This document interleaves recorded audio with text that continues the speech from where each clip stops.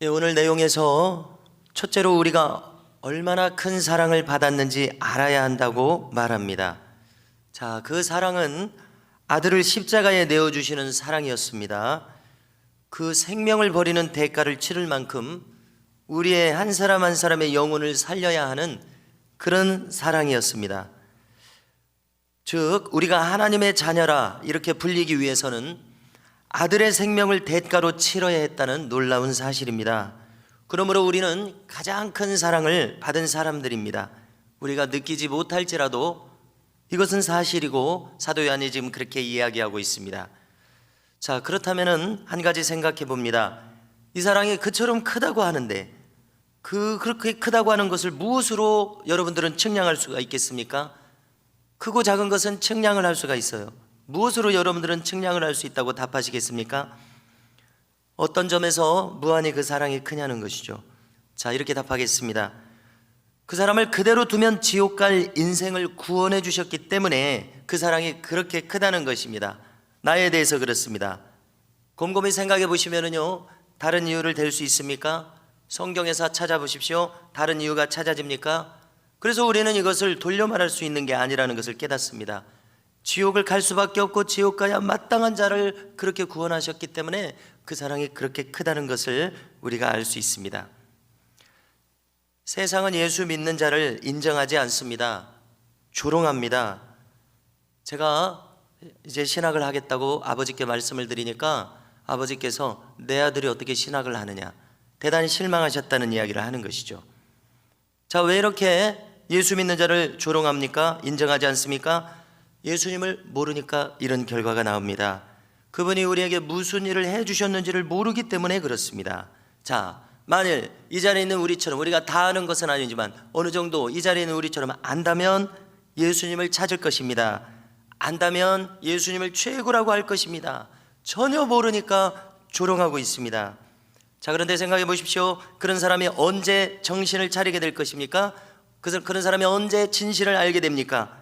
심판대에서 그가 지옥행 판정을 받을 때입니다. 상상해 봅니다. 사시나무 떨듯 하면서 그제서야 진실을 깨닫게 되는데 그때는 전혀 돌이킬 수 없는 때입니다. 세상 말로 표현해 봅니다. 오줌을 질질 싸면서 벌벌벌 떨게 될 것입니다. 그런데 놀랍게도 그때는 더 이상의 기회가 없다는 것입니다. 그는 이렇게 말할 수 있겠죠. 진짜였네, 진짜였어, 진짜 천국과 지옥이 있어. 그러나 그때는 늦는다는 사실입니다. 2절에서 중요한 말을 합니다. 지금 우리는 현세에 살고 있다고 이야기하죠. 내세는 아직 오지 않았다고 이야기합니다.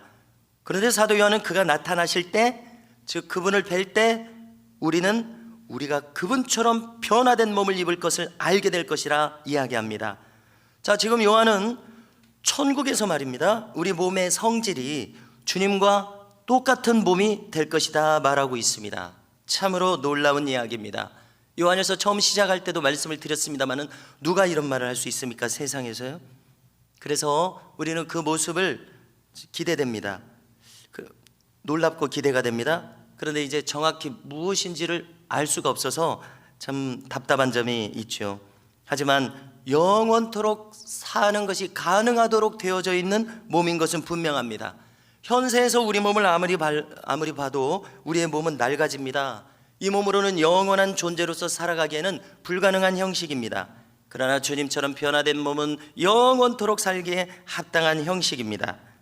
자, 아무튼 3절도 대단히 중요한데요, 이런 몸을 입을 소망을 가진 사람마다 참 특별하면서도 공통적인 특징이 나타나는데 그것은 자기를 깨끗이 하는 사람이 되더라는 겁니다.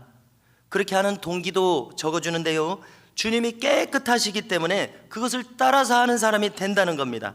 즉 비유컨대 빛에 속한 자라서 빛을 담게 되는 원리입니다. 사도 요한은 간략하게 핵심만을 이야기하고 있습니다. 죄는 무엇인가? 죄는 불법이다. 자, 이 법은 세상 법이 아니라 하나님의 법이죠. 쉽게 이야기하면 그 법은 10계명으로 요약됩니다. 한마디로 하나님의 법도를 무시하는 것이 죄입니다. 자, 6절로 이어져서 그런데 그 안에 예수님 안에 거하는 자마다 범죄하지 않는다 말합니다. 범죄하는 자는 그분을 보지도 못하였고 알지도 못한다 이야기합니다. 자, 그래서 여기서 요한은 사실이 이와 같을진데 아무도 이 세상에 아무도 너희를 미혹하지 못하게 하라 당부하고 있습니다. 이 말이 왜 나왔을까요? 죄를 좀 져도 돼, 이게 세상 사람들 생각이거든요.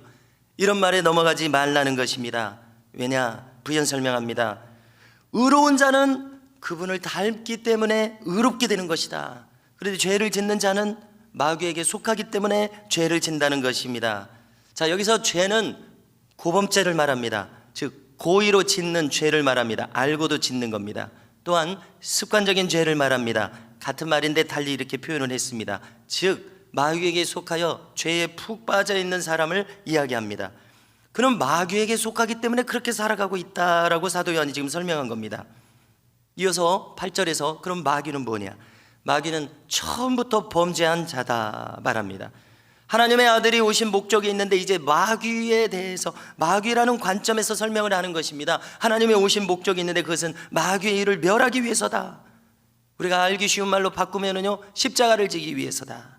우리 죄를 속하기 위해서다. 같은 말입니다. 다 우리 죄를 사하셨다. 다 같은 말입니다. 범죄케 하는 것은 마귀의 일이기 때문에 그렇습니다. 그의 주된 업무이기 때문에 그렇습니다. 9절에서 참 중요한 이야기를 합니다. 하나님께로부터 난 자마다 죄를 짓지 않는다. 오늘 말씀의 아주 핵심적인 대목이라고 생각을 하는데요, 왜 그러냐 설명합니다. 하나님의 씨가 그의 속에 거하기 때문이다. 자, 요즘 말로 바꿔본다면 DNA라는 말을 많이 합니다. DNA, C. DNA가, 나의 DNA가 하나님으로 바뀌어버렸기 때문이다, 이렇게 설명할 수가 있어요. 또 오늘 말씀처럼 종자가 바뀌었다, 하나님 종자로 바뀌었다, 이 말입니다. 하나님께로서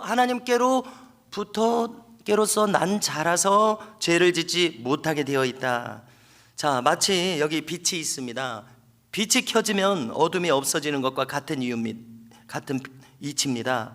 빛과 어둠은 공존할 수 없습니다. 그래서 우리가 빛에 속해 있습니다.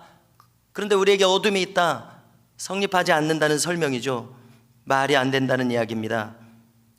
그래서 이 세상에는 하나님의 자녀와 마귀의 자녀 둘밖에 없다고 이야기합니다.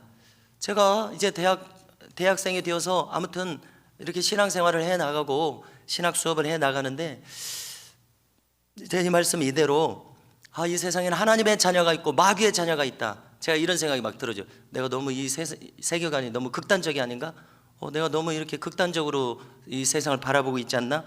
이런 생각을 하는데요, 여기 방금 읽은 구절을 보면은 극단적이 아니라는 걸 알 수 있습니다. 오늘 새벽에도 지금 보니까 그 생각이 극단적이 아니에요. 그 생각이 가장 요약하고 압축하고 핵심적인 것을 이야기하는 세계관이에요. 그렇지 않습니까? 이 세상에는 두 종류의 사람밖에 없습니다. 하나님의 자녀와 마귀의 자녀 둘밖에 없습니다. 아주 극단적인 표현입니다만은 사실임을 부인할 수 없습니다. 우리가 세상에 대해서 이 시각을 가져야 바르게 살 수 있음을 알려줍니다. 사람을 바르게 분별할 수 있습니다. 전도의 동기도 여기서 나옵니다. 마귀의 자녀의 특징이 있다고 이야기합니다. 오늘 말씀입니다. 첫째, 그는 의를 행치 않습니다. 둘째, 그는 형제를 사랑하지 않습니다. 반대로 우리는 즉 빛의 자녀는 하나님의 자녀는 서로 사랑한다, 이렇게 이야기합니다. 또 사랑하라고 명하고 있습니다. 자, 이것은 믿음을 가진 처음부터 나온 특징이라고 이야기하고 있습니다. 그래서 예를 들어줍니다. 그것은 가인의 예입니다. 가인처럼 하지 말라고 이야기합니다. 그는 마귀에게 속했었다. 그래서 아우를 죽였다. 아우를 죽인 이유를 기록합니다. 자기의 행위는 악하고 아우의 행위는 의로웠기 때문입니다. 그래서 우리는 여기서 희한한 것을 발견합니다. 가인은 악을 품고 있고 악을 생각하면서도 어떻게 하고 있죠? 악을 생각하면서도 좋은 것은 알더라는 것입니다. 아벨의 예배가 받아들여지고 자기의 예배가 받아들여지지 않았어요. 왜냐하면 악을 평소에 품고 있기 때문에. 그런데 가인의 예배가 받아들여지는 것을 보고서 저렇게 쟤는 좋은 대접을 받는다, 좋은 것은 안다는 거예요. 신기하죠? 악인데도 좋은 것은 알고 있으면서 그러나 자기 악은 버리기 싫어하는 것이 악에 속한 자의 특징임을 알 수 있습니다. 잘 되는 사람을 시기합니다. 그래서 악의 특징은 남 잘 되는 것 보지 못하는 데 있다는 것입니다. 성도 여러분, 믿음 안에 있는 자에 대해서 오늘 사도 요한은 말했습니다. 그는 고의로 범죄하거나 습관적으로 범죄하지 않습니다. 오히려 빛에 속한 행함이 나타난다고 이야기하고 있습니다. 주님을 닮은 행함이 나타난다고 말합니다. 이 자리에는 우리 모두도 그와 같기를 주님의 이름으로 축원합니다. 이 삶을 우리 모두가 추구해야 되겠습니다.